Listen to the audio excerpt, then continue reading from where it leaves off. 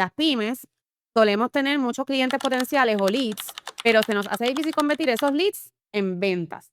Y ese va a ser el tema. Eso es lo que vamos a ver hoy, cómo nosotros podemos mejorar nuestras prácticas o qué tenemos que hacer, qué tenemos que pensar para que esos leads se conviertan en clientes, porque realmente lo que necesitamos, ¿verdad?, es generar ingresos para nosotros y para nuestros equipo. Bienvenidos a otro episodio de Black Table. Hoy tenemos un tema que es bien importante, pero antes de hablar del tema vamos a presentarnos. Hoy me acompaña Hola, muy buenas tardes, buenas noches, buenos días, no importa la hora que nos estés viendo, te habla Elgin Montilla, así que bienvenido a Black. y nuestra invitada de hoy es. Hola, mi nombre es Cristina Muñiz, me conocen como Cristi, soy consultora en el área de ventas. Y Cristi, para seguirle dando un plugin a nuestros amigos de LinkedIn, pues a ella la conozco de las redes. También habíamos hecho, ¿verdad?, un proyecto pequeño juntas, pero donde empecé a ver qué es lo que ella hacía es en las redes. Y de hecho, la idea de este podcast surge de algo que ella estaba haciendo. ¿Cuál es el problema de hoy? Pues el problema que vamos a atender hoy es que las pymes solemos tener muchos clientes potenciales o leads, pero se nos hace difícil convertir esos leads en ventas. Y ese va a ser el tema. Eso es lo que vamos a ver hoy, cómo nosotros podemos mejorar nuestras prácticas o qué tenemos que hacer, qué tenemos que pensar para que esos leads se conviertan en clientes, porque realmente lo que necesitamos, ¿verdad?, es generar ingresos para nosotros y para nuestro equipo. Así que, Cristi, ¿qué tú crees de este tema? ¿Cómo nosotros podemos hacer para mejorar el proceso de convertir el lead en un negocio? Pues mira, a veces, ¿verdad? Cuando comenzamos a hablar me traes esta problemática y recuerdo que lo que te mencioné en ese momento es que hay que darle rewind al asunto, ¿verdad? Hay que darle para atrás cuando empezamos a hablar del proceso de venta, que muchas veces empezamos a hablar de leads cuando realmente hay que empezar a hablar desde el comienzo de un proceso de gestión comercial que trata de el cliente ideal, ¿verdad? De cómo nosotros debemos definir el cliente ideal. Pero te voy a dar un ejemplo. Ujú. Mi oficina, nosotros hacemos testamentos y poderes, y en algún momento vimos este expo que era para personas que están en la edad que la gente piensa hacer poderes y testamentos, ¿verdad? Y eran Adultos mayores. adultos mayores, aunque yo soy una nena y el mío ya está ready, by the way. Pero anyway, Yo también, by the way. sí, hay que prepararse. Pero pues nosotros fuimos al expo y llevamos goodies que la gente quería, y pues todo el mundo pasaba por nuestra mesa y estábamos vestidas de Navidad porque era en tiempo navideño. Y sentimos que la habíamos partido, como dicen por ahí. Pero después, cuando empezamos a hacer los acercamientos, como que no había interés. Ujú. Y pues, para ser honesta, la inversión que hicimos en términos de tiempo, del costo de poder tener el booth, de los goodies, pues no la recuperamos. Ujú. Entonces, para mí era mi cliente ideal, pero Ujú. no sé entonces qué fue lo que pasó. Pues posiblemente, si yo te estuviese dando una consultoría, ¿verdad? Empezaríamos a indagar quién era el público. Y a veces se simplifica demasiado el cliente, ¿verdad? Ok. Pienso que quizás lo que te pasó fue que pensaste que esa expo, que estaba dirigida a un segmento, ¿verdad?, demográfico, pero fijado por edad, Ujú. más allá de eso, no sé si habían otros criterios. No había otros criterios. Ok, pues si la definición del segmento era únicamente de la edad, posiblemente que queda fuera todo el psicográfico, ¿verdad? Entonces, cuando nosotros definimos un cliente ideal y si le vendemos a individuos, pues obviamente la edad va a ser importante y es uno de los criterios, pero el mindset de ese cliente que esté abierto a ese tipo de producto, cómo toma sus decisiones, van a ser tanto o más importantes, ¿verdad?, que únicamente la edad. Entonces, a veces lo que pasa con las pymes es que quizás simplificamos esa definición de ese es mi target, ¿verdad? Ese es mi target porque cumple con uno o dos criterios, cuando la realidad es que hay que profundizar más porque el cómo se toma la decisión juega un rol bien importante. Cristi, te pregunto,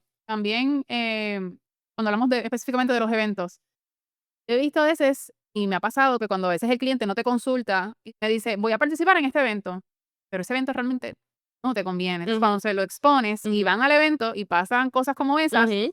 tú le dices, ok, te tengo que explicar cómo funciona. Entonces, también para mí eso es una campaña interna, Ujú. o ¿verdad?, que lo he vociferado varias veces en mis redes sociales, en el hecho de que no todos los eventos son adecuados, aunque esté tu target ahí, Ujú. porque a veces el mood Ujú. de la persona simplemente no está. A veces en ese tipo de eventos van a jugar, Claro. a entretenerse, o sea, Yo pienso a robar.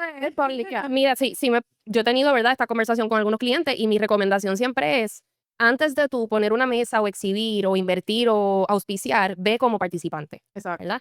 Esa oportunidad de tú moverte en el piso y de ver de primera mano cuál es el ambiente, cuál es el público, qué temas son los que más llaman la atención, ¿verdad? Cuáles son las mesas que se llenan más.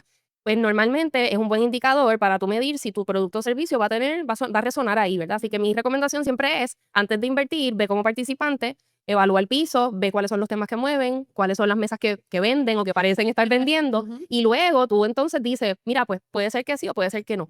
Y nunca es una ciencia cierta, ¿verdad? Porque a veces tienes toda la fórmula perfecta y cuando llegas no funciona, pero son cositas que uno puede empezar a hacer para tratar de reducir el riesgo de la inversión. Ok, entonces, además de identificar el cliente ideal, que ya sabemos que no es un rango de edad, sino que hay que Eso es profundizar, parte. Ajá. ¿qué otra cosa nosotros deberíamos estar mirando para asegurarnos que, pues, que ese lead se convierta en una venta? Ujú. Cuéntanos. Primero hay que determinar, y eso va a cambiar si tú eres una compañía business to business o business to consumer, ¿verdad? Si estamos hablando, para quedarme en tu ejemplo, si estamos hablando de business to consumer, donde al final la empresa le vende directamente a un individuo, pues tienes que mirar cosas como la edad, el área geográfica, ¿verdad? Dónde viven, dónde se mueven, con quién o con qué hoy están satisfaciendo esa necesidad, ¿verdad? Sí. Así que cómo ellos están resolviendo su necesidad o su problema hoy, si están resolviéndolo o no lo están Yo resolviendo. tengo una situación en donde yo quiero que tú Ajá. pues, nos cuentes. Ajá, ajá. Nosotros tuvimos una situación con un cliente que se le trabajó una campaña, se le certificaron ¿Campaña de qué? campaña de publicidad. Ah. No, de gobierno. No, porque eso sería propaganda. Se le trabajó una campaña para unos cursos Ujú, y a esa persona se le entregaron 30 leads certificados. ujú, Sin embargo, ujú, el cliente ya estaba, las personas por WhatsApp, ¿verdad? Él no tenía mucho presupuesto, hubo muchas cosas, ¿verdad? Que hubo que hacer manual, la automatización, ujú, en su mayoría hubo que hacerla manual.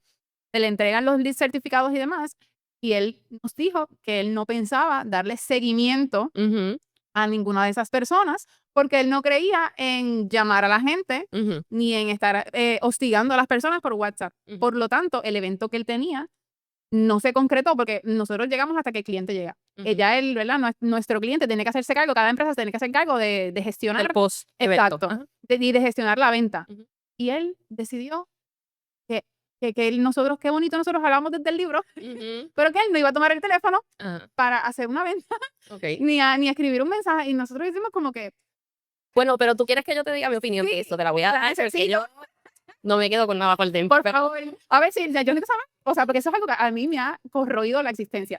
Yo creo, y esto pasa un montón, ¿verdad? En gestiones de venta, en subcontrataciones, ¿verdad? Cuando estamos usando terceros para proveer un servicio, pues a veces no se alinea desde el principio qué es lo que va a pasar. ¿Cómo tú vas a apoyar mi gestión? ¿Qué es lo que tú no solamente me vas a cobrar, a veces las negociaciones, y un poquito entrando ya en la negociación, ¿verdad? Pero Claro. a veces las negociaciones se enfocan demasiado en el absoluto del pago, ¿verdad? ¿Cuánto me va a costar? Y dejamos afuera el detalle de que yo voy a recibir a cambio, ¿verdad? Más allá del servicio principal o del producto principal, ese tipo de ejemplo que tú traes, de decir, bueno, yo te voy a dar leads certificados. Pues si yo soy tu cliente, yo te voy a preguntar, número uno, ¿cómo vas a certificar los leads? ¿Verdad? Porque los criterios que tú utilices, en principio te los tengo que dar yo, de mi Claro, cliente ese ideal, trabajo, ¿verdad? ese trabajo se hizo Ajá. e incluso fue bien interesante porque él nos decía como que no, es que yo nunca llamo a la gente, Ujú, todo lo mío tiene que ser online. ujú, Pero hasta qué punto, si yo voy ¿verdad? En el caso de él era un ticket de $500, ujú, ¿hasta qué punto yo te voy a poner a ti en la mano $500 y yo no puedo tener una conversación contigo? ujú. Sí, pero creo que en todo esto de la venta, la parte de escuchar es bien importante, ¿verdad? Y quizás Claro. ahí tú estás haciendo la venta, mi consejo para ti sería, No, nosotros no hacemos la venta. pero tú hacías la venta a ese cliente. No, nosotros no gestionamos venta. En publicidad, yo llego hasta que el cliente le llega. Tú le vendiste a Tu servicio a un cliente, ¿verdad? Sí. Ok. Entonces, como tú estás haciendo la venta, ahí tú escuchar, ¿verdad?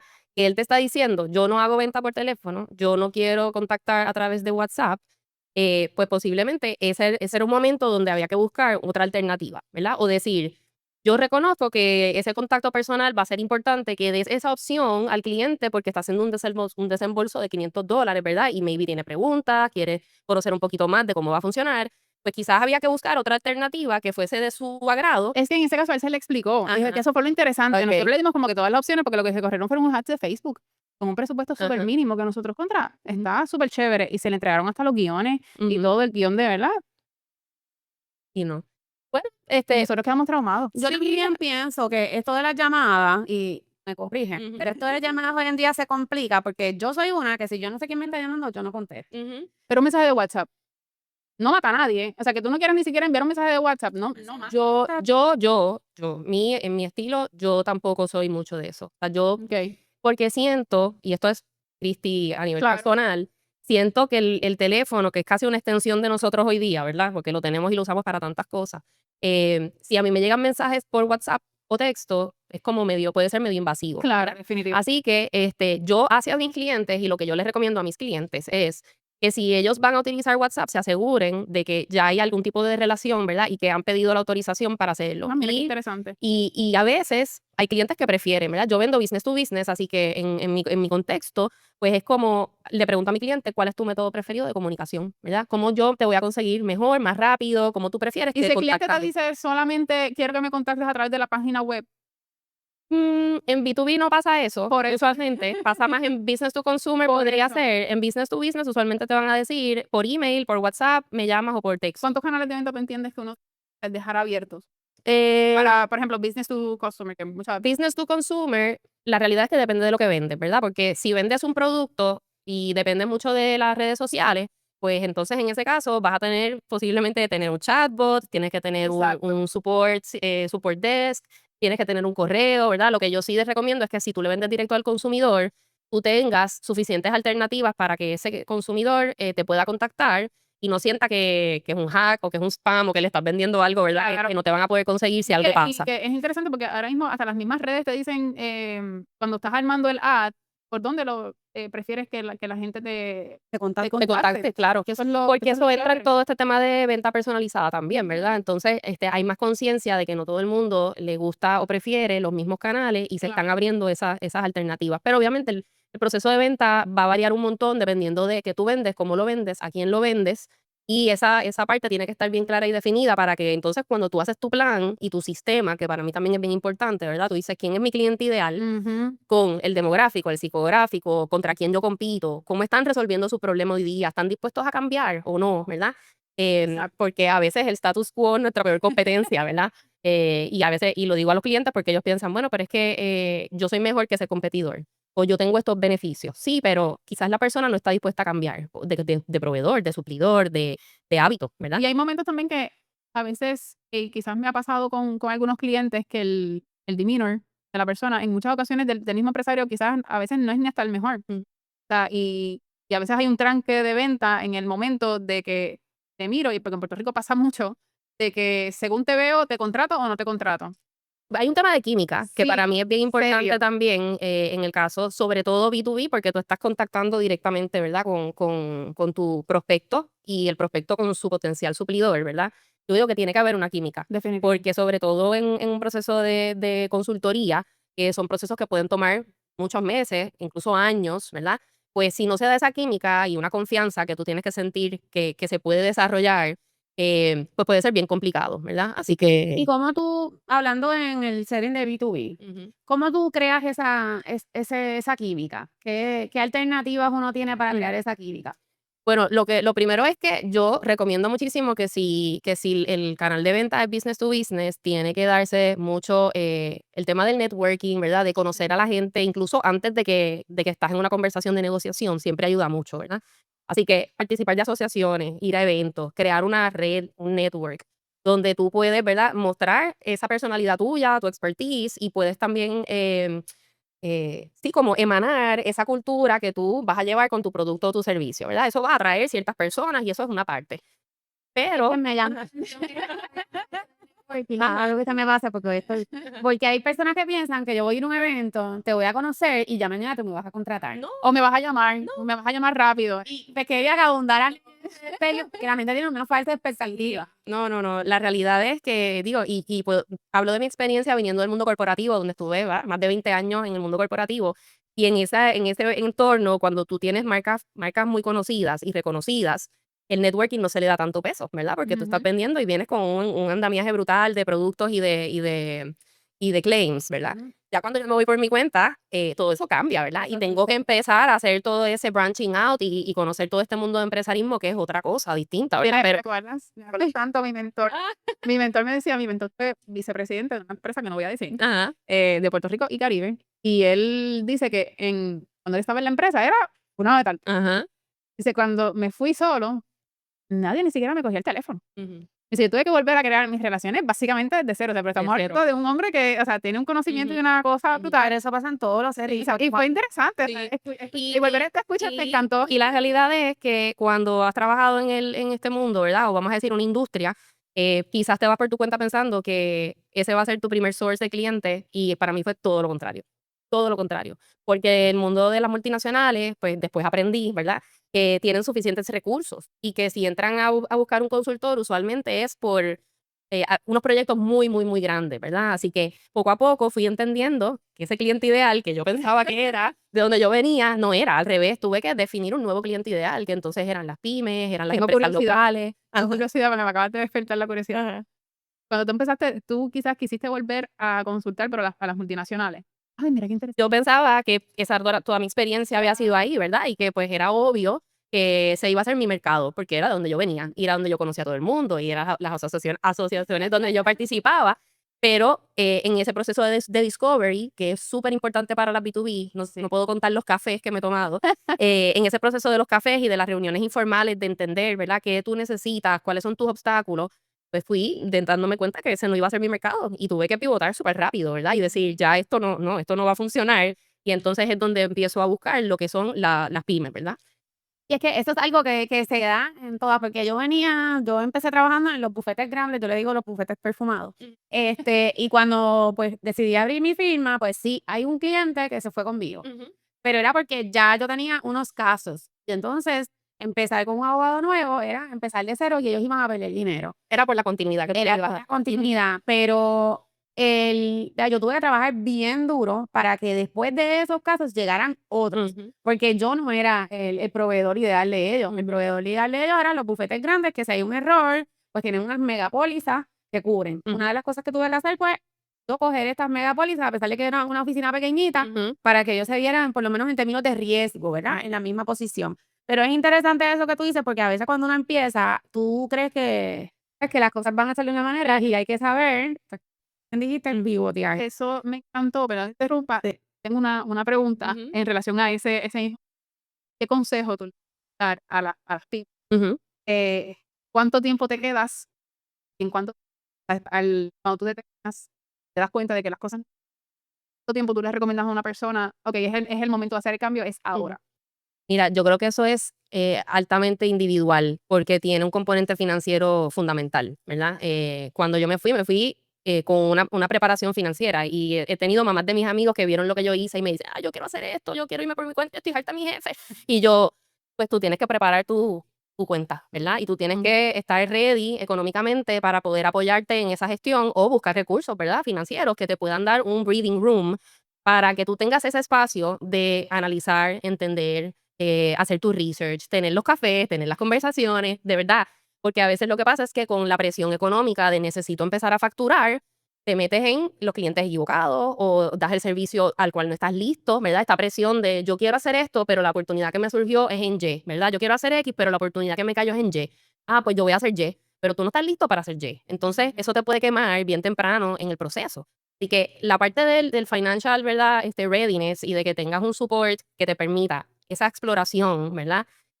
Para mí es bien importante y va a ser un factor fundamental en tú ponerte tu propia meta y decir, yo lo voy a tratar por tanto tiempo y si veo que en tanto tiempo, que pueden ser, para una persona pueden ser 6 meses, para otra pueden ser 2 años, 3 años, 5 años, dependiendo del producto o servicio, pero sí debería haber un límite que tú te autoimpongas, ¿verdad? Y trabajes contra esa meta. Y una vez tú estás, ¿verdad? Hablaste de pivotar. Una vez ya tú estás, que ya tú dijiste, emprendo, Ujú. me meto aquí hasta las tenis. Ujú. ¿Cuánto tiempo tú determinas, verdad? Como dijo Cintia, que ella también tuvo su proceso, yo también tuve el mío, Ujú. yo pivoté al año. Ujú. ¿Cuánto tiempo que tú dices, ok, esto no está funcionando y intento y sigo? Diantre, yo no sé, no quiero ser irresponsable. Sí, no puedo ser irresponsable porque después va ahí y me ponen un meme ahí diciendo, ya dijo un año, ya dijo un año. Entonces, la realidad No, pero tú sabes. mi experiencia fue que yo me fui en el 2021 pensando que iba a hacer esto. Empiezo a tener, ¿verdad? Ese discovery process muy importante en la definición del cliente ideal. En el 2020 empecé con una tienda online de artículos personalizados, by the way, eso es para otro Ay, podcast. brutal. Pero empecé con eso, ¿verdad? Como mi safety net inicial. Ajá. Y en 2023, en enero del 2023, lancé lancé Blank Slate, ¿verdad? Bajo Strategic Consulting Concepts. ¿verdad? Y empiezo por ahí, y empiezo más café, más café, más café. Y en febrero del 2024 volví a hacer otro pivot. O sea, primero hice un pivot a nivel de cliente, luego hice un pivot a nivel de modelo de negocio, porque después de un año de tener bien poquitas interfaces con clientes, me di cuenta que los clientes que me estaban contratando no era para strategic planning, aunque siempre hay un componente estratégico en lo que yo hago, ¿verdad? Pero eran cosas relacionadas a ventas, porque mi experiencia era en ventas.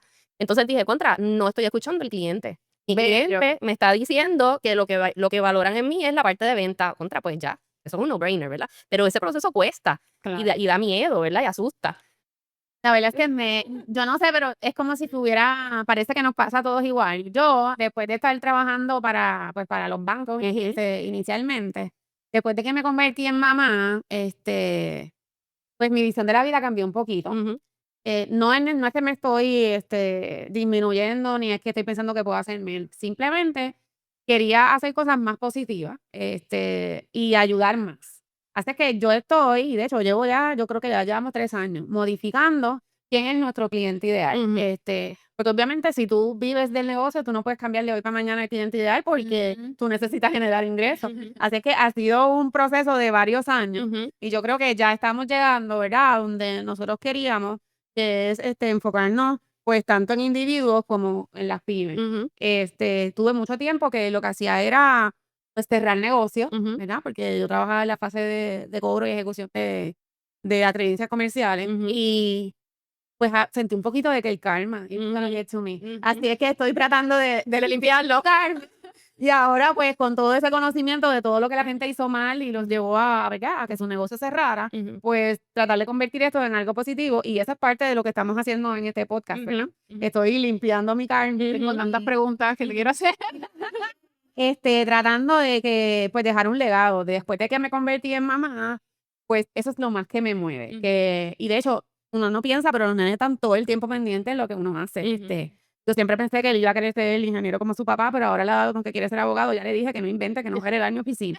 Que él tiene que empezar lo suyo. Pero, pues, son diferentes cosas las que te llevan a pivotear, Ujú. y en mi caso, pues, fue la maternidad. Y no es que no trabajo menos. Yo pienso que ahora trabajo el doble porque estoy cambiando, ¿verdad?, la fórmula del negocio.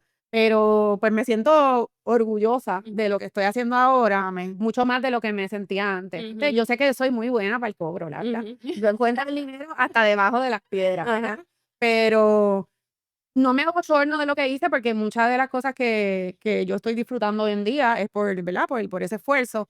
Pero pues pienso que puedo usar mis recursos de otra manera, como te ha pasado a ti, Ujú. que entonces ahora eres la experta de las ventas y quiero volver al tema, Ajá. porque hablamos de definir el cliente ideal y Ujú. qué más tenemos que hacer, Cristi. Cliente ideal, número 1, ¿verdad? Y que a veces, y sobre todo cuando estamos empezando, esa oreja, ¿verdad? Y esa escucha activa, es como posiblemente cuando estás en ventas lo que es más importante. Tanto cuando estás definiendo tu negocio primeramente, pero después ya cuando estás en conversaciones con el cliente, qué es lo que te hace falta, cuál es el servicio, ¿verdad? A veces ofrecemos cosas que ellos no necesitan y queríamos cobrarlas, pero él no la necesita. Entonces eso es como un arma para negociar Y el también, cliente ¿verdad? hoy en día no es como antes, que tú le decías, te voy a vender esto, y ellos firmaban. Hoy el cliente se educa Claro. y Por eso es y que yo compara los más. famosos paquetes estos prehechos, Ujú. en Iván, nosotros trabajamos todo es 100% personalizado porque escuchamos al cliente y yo no creo en vender lo que tú no necesitas. Ujú. Ok, entonces, si tú entiendes que el cliente necesita algo y el cliente no lo quiere.